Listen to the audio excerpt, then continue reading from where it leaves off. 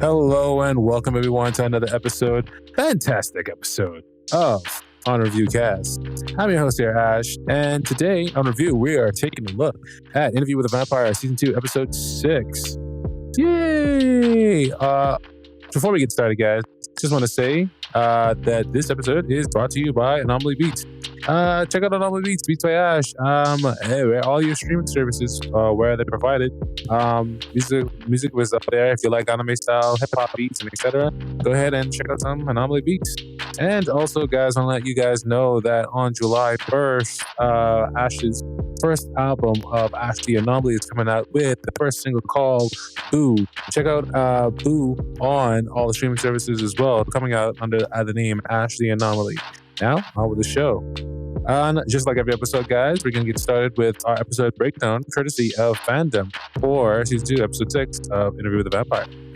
This episode is called Like the Light, by which God made the world before he made light.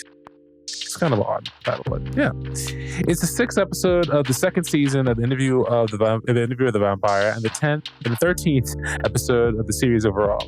It aired on June 16th, 2024 on AMC and AMC Plus. And it was written by Hannah Markovich and Shane Munson. Synopsis. Claudia asks Louis for a life-changing favor. She asks Louis for a life-changing favor. Yeah, so... yeah, let's just jump into it, guys. Let's do it. So this episode starts off kind of with Malloy, and we get actually an odd character we haven't seen before. Is called Reid. And looking at him now, looking at him before on review. This is on ReviewCast. So if you made it this point into the story, we know that Armand was actually calling himself Reid before we met real Reid. But looking at him now and watching him have dinner with Daniel Malloy and him interacting with Reid and telling him certain things, I'm wondering if do you let me know what you guys think in the comments. But do you guys think that this Reid is actually Reid? Because the last Reid was like a fucking over 500-year-old vampire, right? I'm wondering now if he's actually a vampire. You know what I mean? And I'm actually wondering the intricacies behind this interview. Is everything that we what I'm still on we talked about it previously before on other podcasts, what on the other episodes of the podcast, an interview with a vampire, what is real, what actually is real? And it's kind of hard to tell in this. And as far as we know, I mean, it's the whole MI6 guy who came back in this episode too, looking to interact with Daniel as well. He came back, and I'm wondering, well, is this guy? What if he was in on it? Do you know what I mean? What if he knew Louis and Armand and was trying to be like an undercover agent? Is is Daniel gonna talk? Is Daniel really on our side? Is he really being persuaded by this? Right? And so they sit down, they talk to this dinner thing.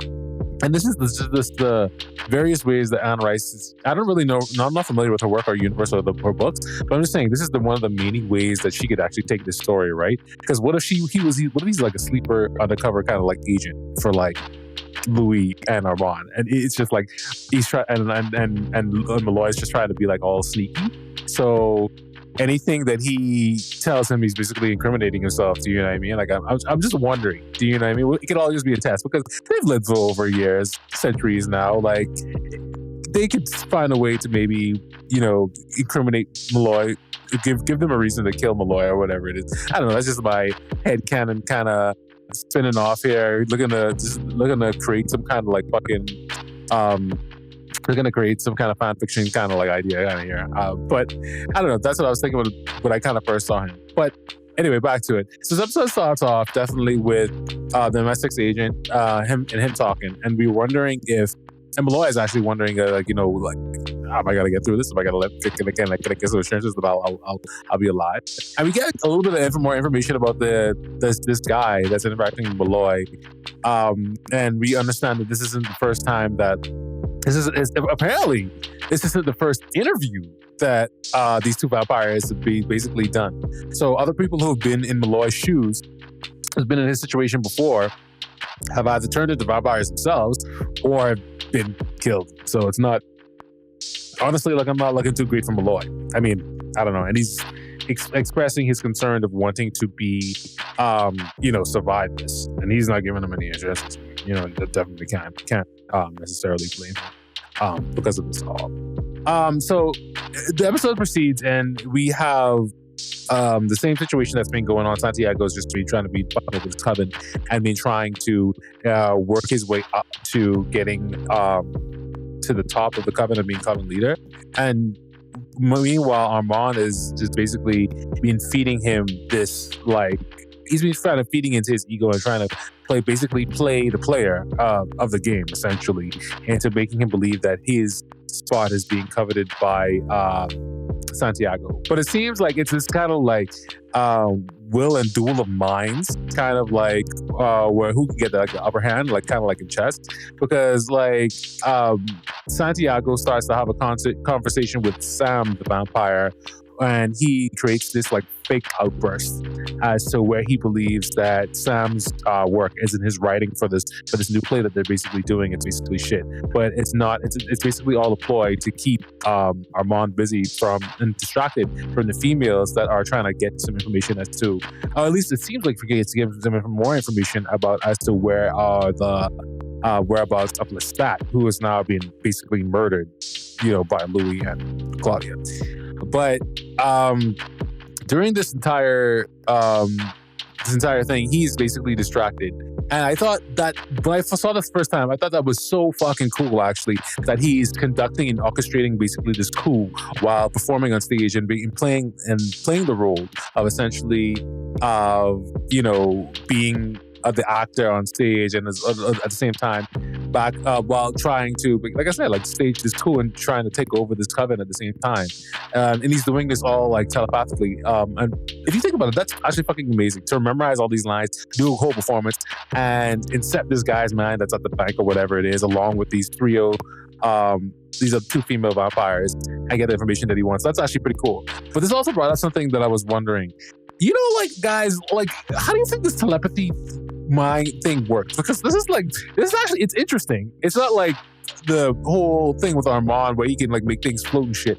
That's like a little bit over the top. But like the whole telepathy thing between vampires, I'm actually down with. I'm cool with that. Let me guys know what you think in the comments for sure about that. But I'm okay with it because here's the thing. Like, it's kind of a new concept because like in like the Vampire Diaries and other vampire shows, it's not really necessarily done. Like telepathy is this whole other thing. But in this, they can basically do it, which seems like it's kind of like a phone call. You can make it for, I don't know, we talked about this too last time, like the distance of it, I don't necessarily know, but you can make these considerable phone calls. I'm wondering now though, could a person incept, I know that they can block incoming signals from their brain of talking in each other's minds, because that's being established with Claudia and Lestat and Armand back in season 1. Do you guys think that like it's kind of like you can hack someone's conversation? You can just jump in and see, because they can read each other's minds, unless something that we'll talk about later too, unless the maker. But they can read each other's minds. Do you think that you can kind of, if you dig deep enough, you can kind of like incept someone's like communication? Like if I was talking to person A was talking to person B, and they could just be like, oh, I want to know what they're talking about, and just kind of like listening to the conversation. Because if he's also my point is like, if he's also blocking Armand from reading his mind too while doing all three of those things, maybe this guy does deserve to be coven leader, because that's pretty fucking impressive. Yeah, I mean, like, that's pretty cool. I mean, Armand and Louis still pretty badass vampires, but like, I mean, I don't know, that just shows some skill to be the adversary in that kind of way, just doing a three-way call while remembering all of your lines, while blocking Armand's telepathic inception as well. That's actually pretty cool. Yeah, so this is something that I was definitely wondering about.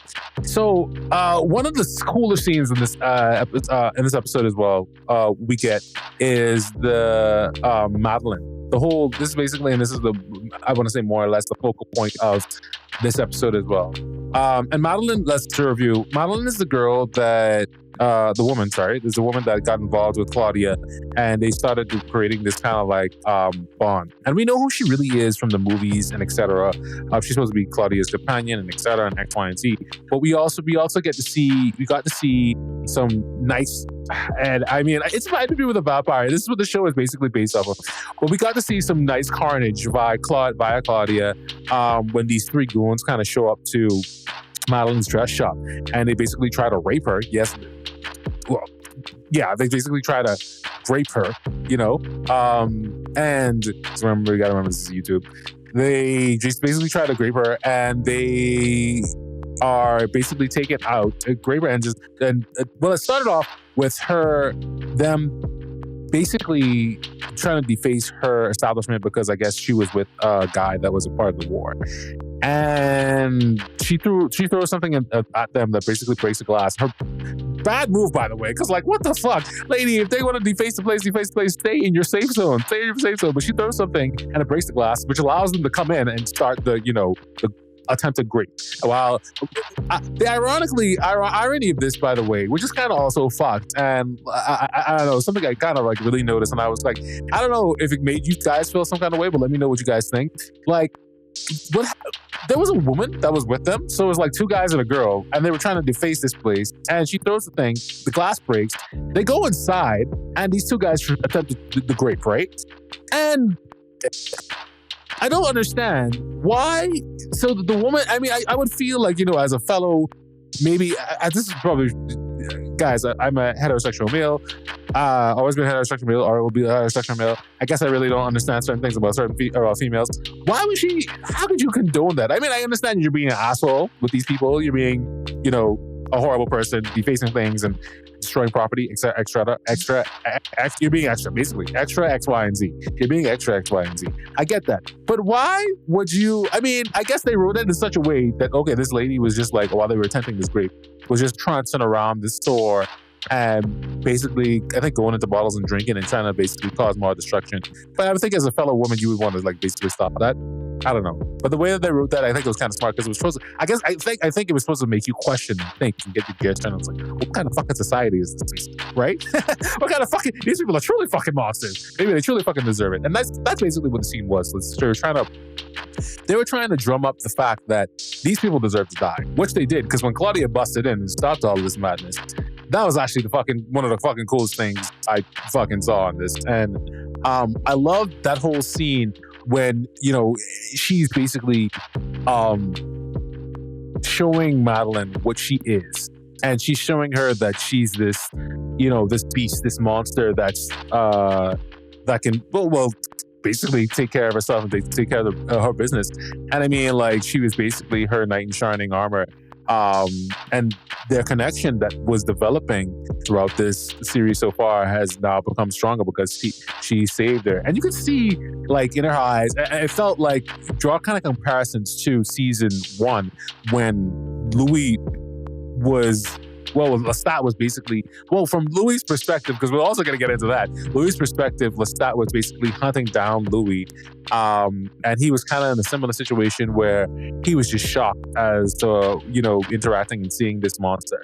And basically, Claudia tells her not to run, and she actually doesn't run. She actually is kind of like taking it all in. And for someone who is witnessing, you know, the presence and existence of a vampire, I mean, taking it kind of like with stride. But her character overall is like very unique in a kind of a certain kind of way. I will say. So I don't know. It just, I enjoyed the scene. I thoroughly enjoyed the scene between Madeline and Claudia when she actually found out basically what she was. The carnage was good. The way how that woman got stuck to the wall with the scissors. Oh, that was really well done. Beautiful scene, honestly, beautiful scene. In the scene, we also got a weird kind of sort of interaction between Louis and Armand as well. And I don't know. I think this episode kind of showed that, well, Louis has a bit of a more dominance over Armand, I want to say. I think we got, well, yeah, for the most part, I think this is like the definitive thing where he's basically the more dominant one. He leads in the relationship. I don't know if that's the thing. And I mean, like some relationships are like that, where the dominants are I don't want to say the person wearing the pants, but the one leading the pack is more established within that relationship. Sometimes that happens within a romantic relationship or a relationship in general. And we know now for sure that it's Louis. Interesting fact. Anyway, continuing on with the episode, we see that Louis, as promised, Claudia and Madeline actually have a conversation together. And I thought this was about basically what she is and about how she is. And we had it was like a 2-minute reminiscence feeling of, essentially, Edward and Bella kind of situation, Buffy and Angel kind of situation of vampires, of like human versus a vampire. And it felt romantic. And again, we're gonna get back. Now we're gonna talk about this again because it felt very romantic. Of because she was kind of like offering her blood and it's like, oh, it's okay, fine, like drink with you. She had all these questions and etc. She's laying in the coffin. She felt very comfortable with this basically killing machine. Of machines, I should say, because Louis eventually comes in and it's like, yo, what the fuck? Isn't this the person you're supposed to basically either kill or run out of town? But she feels very at ease and very accepting as to what these people and what these things are. And this is actually the first time we actually see this. I don't know if there's going to be more humans like this in the future, because if you think about it, the only other interaction we saw with people being actually kind of cool with vampires is like Malloy. And it's the first time we actually see from the past, this day and age, someone actually being somewhat accepting, actually, if you look at it, of the vampire and the vampire life in essentially Madeline. And so much so, Claudia has decided to bring her in to the Vampirism and wants her to be like her. And of course, we had the conversation with Malloy, with Armand and Louis about how, basically this is fucked up. Because remember, guys, this is not what we're supposed to be doing. We're not supposed to be changing humans into vampires unless we have, the coven leader essentially do it. And this causes a whole kind of rift kind of conversation between Armand and Louis. And they of course, they bicker and they fight about it. And they fight about it. And it basically essentially comes down to the fact that she actually, because, because I'm a little bit ahead. She did ask him if it was cool to do this. She did ask Armand. They actually eventually decided they kind of did it the right way. Claudia went to Armand and was kind of like, hey, I would like you to turn this person into a vampire, and etc. And when she went to Louis first, and then Louis went to Armand, and they had a whole conversation about it. There was a little bit of a tussle about it, but eventually Armand goes to Madeline to have a conversation about becoming a vampire, what does it essentially mean, and killing for food, etc., and being okay taking lives and eating what they're eating. And Louis and Claudia are in the background. And Claudia, also, guys, I'm wondering, do you guys think it was kind of weird to see Claudia smoking? I thought that was the weirdest fucking thing. Claudia was smoking a cigarette. They were both sitting down there, and Louis and Claudia are just sitting there, and Louis just basically lights her up, because the perspective is basically she's supposed to be like a 14-year-old girl. And in my mind, you get so relaxed. The second I saw her pick up the cigarette and light the cigarette from him, I was kind of like, whoa, she's only 4. Oh no, she's actually. So she's not 14. Her body's only looks like it's 14. But it's still kind of odd to see. But anyway, so Armand and Madeline have this long conversation about basically being a vampire and what it basically would mean to become a vampire. And he warns her of all of this and etc. And you honestly start to think that Armand's gonna fucking do this. Armand's gonna turn her into a vampire. But he declines and he essentially says no. And that's where I suppose they start or decide to go outside the quote-unquote laws and break them anyway, right? And Claudia decides that, hey, I'll still ask Daddy Lou or Louis to do it anyway, right? And Louis actually agrees to go ahead and go forward with it because he believes, and he just like he tells Laurent, like it'll be a beautiful experience. You could bring a good one into this world. And I wonder now if their stances, I guess, well, actually, yeah, if you think about it, because of what Malloy said, well, because of what the agent told Malloy in back of the bar, their stance now in the present day has probably changed on what they and how they feel and how they feel about turning people into vampires for sure. And also, I guess, no, that's for sure the truth because upon their initial meeting with Malloy, Louis basically was like, oh, I will give you the gift now if you ask for it or X, Y, and Z.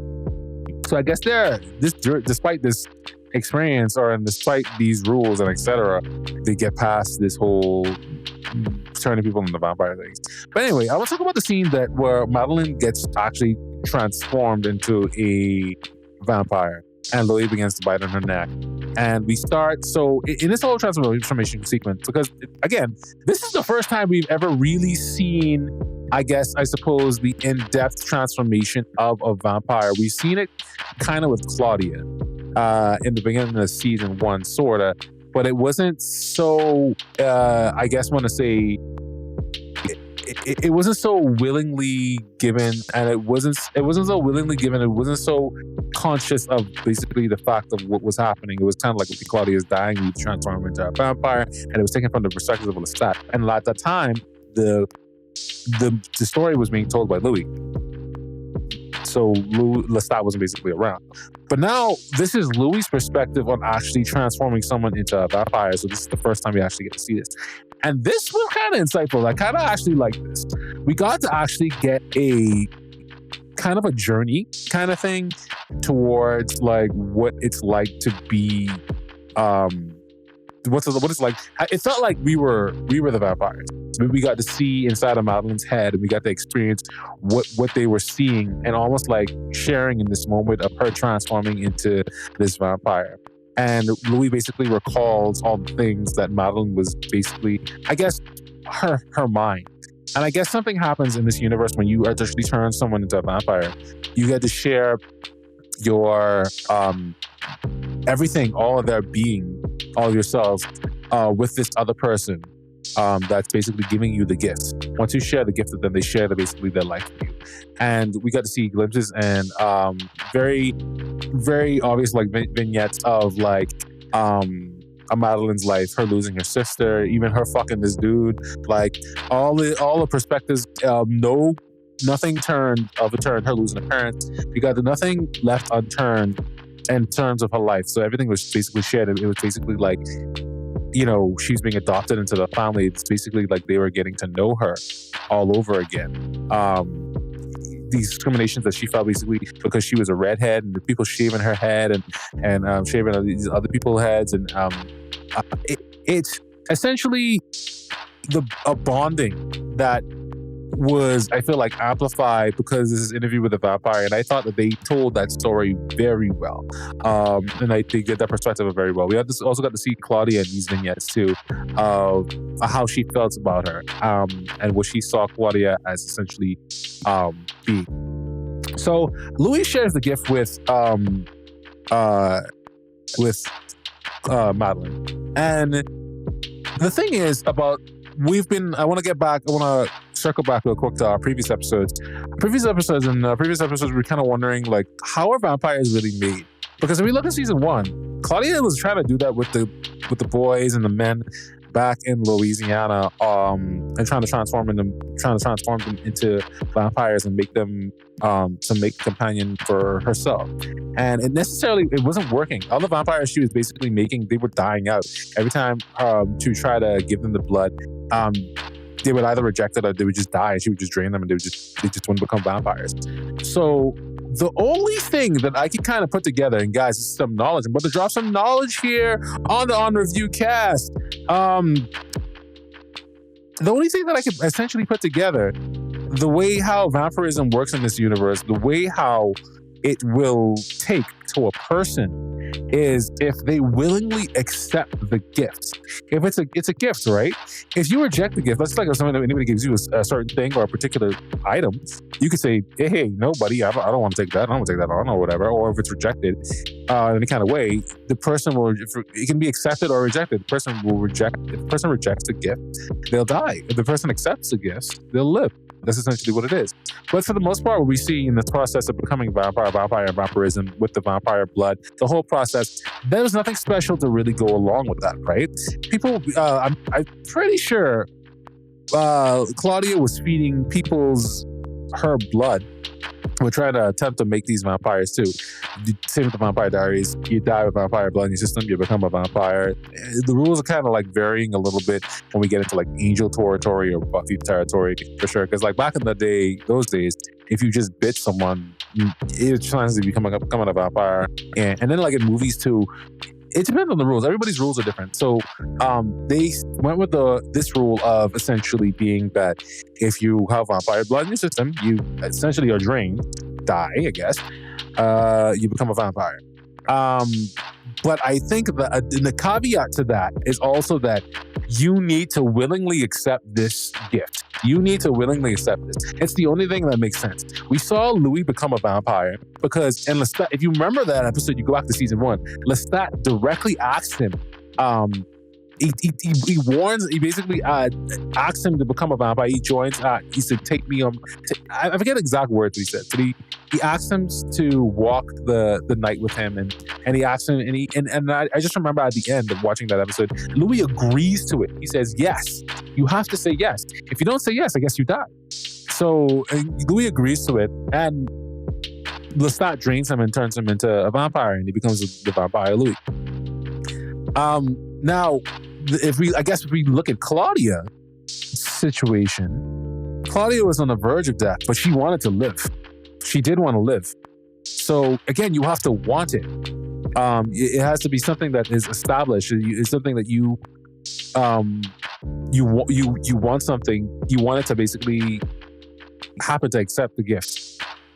Yeah, I mean, I'm just thinking about it now, guys. Sorry, I'm just thinking about it. Like, that's the only thing that kind of really like makes sense to me, right?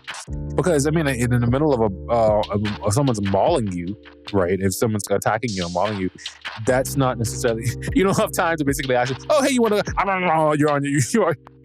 You're on their neck, and you're like, you're checking out. You're like, oh, hey, I'm just wondering, do you want to become a vampire? Oh, wait, you're dead. or you just like before you actually nubble on there, it's like, okay, before I bite you, right? Do you want to become a vampire like me? Like, no, there's no time for that. They just like eat you. Which is why it makes sense that usually people that are in love with other vampires and want to walk the night for all of eternity with them, essentially become vampires, or people who were willingly want it, like I said. Anyway, that's just a little theory that I've come up with, because again, like in this story, they're being a little vague with it. I'm pretty sure maybe in the books, they're more descriptive of exactly the process of becoming a vampire. Please let me know in the comments. Correct me if I'm wrong. Go ahead and yell at me. Do all the comment things people usually do. There. But moving on with the episode, so she becomes a vampire, and Claudia and Madeline actually leave town together because they know they fucked up. She's not supposed to be a vampire. Claudia and Louis aren't supposed to be turning people. It's basically supposed to just become a leader that's supposed to be in charge, and that's supposed to be basically turning people into vampires. Now, they all sat down for this nice, lovely evening together, and they're sitting around the table, and they're discussing basically what Madeline and Claudia are discussing basically what they've been up to these past couple of, I would say it's been months, but days, weeks, whatever it is at the time, because it's basically a cut, it's a time jump. After they come in, and Armand is with them, and Armand and Louis are together. And also a little bit of an update, Armand basically left the coven because he felt fear of them basically killing him, and so he parted ways with the coven, and so it's just been Armand and Louis, or we've been perceived to believe that it's been Armand and Louis all this time, of them just essentially being together. So no more coven. They're not a part of that anymore. They've just been living I guess in Paris and doing their own thing, which I mean probably should have set it off with some alarms and should have set off some kind of alarm bells within us as viewing this, because I mean I thought the laws were the laws. When Claudia and Louis first came to Paris in the first place, they were like, no, this is our territory, you can't be doing that, you either join the government or you get the fuck out, what are you doing? I mean, I should have probably told us, like, I mean, like, these people are very territorial in terms of, like, what the fuck's actually happening. Because what we see, well, before we move on to that, I want to actually mention something real quick. Because we know it is confirmed now that, because also sitting there, let me know if guys had this experience too, watching the scene with, like, Madeline and all of them around the table. Did you guys feel that I was just wondering, I was like, can Louis read her mind, or can she read Louis' mind? Like, I mean, like, is it because as far as we knew, or from what we understand, Lestat is a liar, right? And that was something that Lestat had trained us to believe. All of us, like the audience included, to believe that was true. But it was actually confirmed that they cannot read the Maker's mind, because Madeline was like, I can't read your mind, right? I can't read your mind, Louis. And it's like, why? And then like Louis basically explains to her, like, hey, that's just comes with the territory. That's part of the architect of why you can't do that. But it was also revealed that despite not being able to read his mind, he could feel his presence and know that he is there. Yeah. But getting back to what happens next is actually the thing that becomes so fucked up is that time freezes all of a sudden. And who do we fucking see? It's fucking Santiago. And Santiago is basically walking up to Armand. And I'm basically thinking, oh fuck, like what's happening? And he walks past Armand, and we see the other vampires come out of nowhere and basically hood up, put bags over the heads of the people, everybody sitting at a table, Madeline, Claudia, and Louis, and they get captured. And basically, it was kind of like the same thing like what Armand said. He made the choice. And it turns out, after all, the choice was that he chose the Covenant, after all. He chose to sell them out, essentially. And then we cut to where we see Santiago, and for one night, one performance only, one performance day show only, where we have basically the trio on trial. And we're waiting for, and he's pandering to the crowd, and Santiago's pandering to the crowd, and it's revealed that Louis, Louis, Claudia, and Madeline are now on trial for the murder of Lestat. And it cuts to actually fucking Lestat, who's there in the theater, in the flesh, getting ready to go on stage as Sam, the vampire Sam, tells him 5 minutes to curtain call. And that's the end of the episode. And guys, oh my God, I gotta admit, this one was a good one. This one was a good episode. I feel like this was actually a pretty good episode. We got a lot of insight into like how vampires are made. We got to see the actual vampire get made. There was a little more mystery behind that. We actually got to see, Claudia be a badass to be a vampire. It was amazing. So now we're just gonna jump into the Ash's favorite scenes. Of course, we gotta do that. Scenes, yeah. And I know Ash's worst scenes. This is absolutely pretty good. All right, so Ash's first scene. First up for Ash's favorite scenes, we've got the Madeline transformation. Like I said, we got the insight into seeing how this happens, and we got to see the perspective of what Claudia was experiencing, what Louis was experiencing, and what Madeline was experiencing. So, and it was a trio of just basically expression of feelings, and basically that is the definition of art to me. That is art through expression of feelings. Expression of feelings, art. That was beautiful. Great. Coming in at number 2, Claudia attacks. This is actually really, really good. They found really inventive ways to actually like massacre these people. Like I said, like the knife going into the chick's neck, and she was just hanging off of the knife, which I don't think is. You have to be some kind of strong to be impaled by a knife, and it used to be hanging there. But that was just really, really, really impressive. And they started doing the discoloring thing within people's neck. I just thought that from the video cinematography perspective, Claudia's draining this guy, and you can see the color leaving his face. He's actually turning gray. I thought that was actually pretty good, and not in a cheesy way. It was really, really, really good. And Madeline is exposed to Claudia being seeing her as a vampire, and she literally comes in as a knight in shining armor. That's why I thought it was so funny when Louis asks like, "Oh, is this interaction sexual?" And they both go no, and then Madeline's like, "Well, not yet." It was kind of weird, kind of creepy because she's like 14, but again, her body, but her mind and her self is like 70, 75 years old. It's still a little weird, but also keep in mind, guys, like this original thing, I guess from the books, like she's supposed to be a baby. So Madeline, her companion, is supposed to be like her mom. So I don't know. It's all kind of funky. But yeah. Coming in at number 1, though, the final scene of them being captured. Of course, it's got to be that. That was so, because I didn't see it coming. I from the books, I know what's basically supposed to happen. Like they're supposed to get somehow captured by the Coven. The Coven is supposed to basically come back and seek some kind of revenge to go crazy and just basically do other things. That's for the next episode. We'll get into that. As to what they do to do with them. But yeah, we know that it's basically supposed to go down like that. And like, I don't know, no fucks given by Santiago, essentially, because he basically brought the bags. I mean, I thought, although I mentioned in the last episode, I was like, oh, well, how is Santiago and, Claudia gonna basically fucking, I don't know, do this because they have a kind of a mentor relationship. But no fucks given by Santiago. But yeah, that was Ash's favorite scenes. And I'm just gonna jump into the On Review score right now. On Review is gonna give this episode for sure, guys. This was an amazing episode. This is a 4 out of 5, definitely. Well worth the wait. I know we had some really rough start getting on the season off of its feet. But this is definitely one of stronger episodes. But yeah, I guess that's gonna do it for the episodes, guys. Thanks so much for listening. And guys, don't remember to listen.